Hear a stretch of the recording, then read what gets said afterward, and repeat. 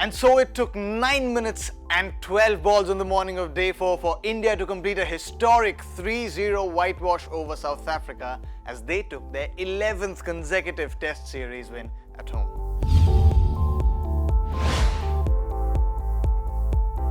It was waiting to happen, right? Through the bad light passage at the end of day 3, Tunis de Bruin, resolute as ever, standing there in the middle, batting time. You knew the end was near for South Africa, even when he was batting with Anrich Nortje, who had batted for 55 balls in the first innings. You knew it wouldn't last long.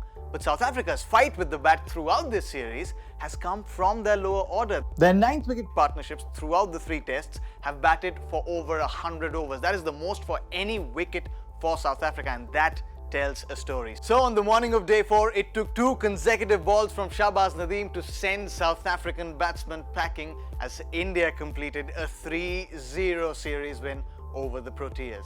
India came into this series with their own set of questions. Rohit Sharma as an opener, the lower middle orders form, Zaha as a wicketkeeper over Rishabh Pant.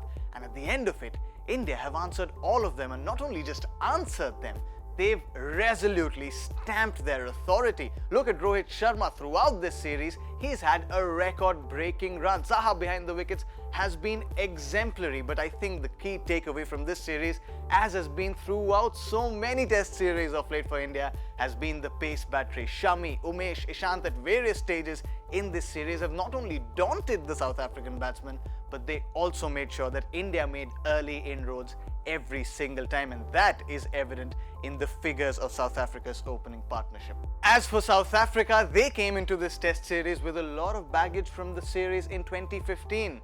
And at the end of it, it seems like when they're going back home, they're going to have to pay overweight charges because they're carrying a lot of baggage from this one as well. So India win the final test by an innings and 202 runs. South Africa's 4th biggest innings defeat as India take their 11th consecutive home series win.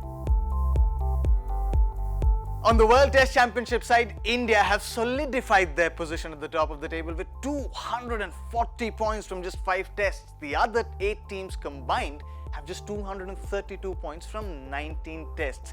India now have 2 home tests against Bangladesh, which may or may not happen because their players have gone on strike. But if they do come and play against India in the tests, you bet that they'll need more than just a strike to overtake the steamrolling Indian team.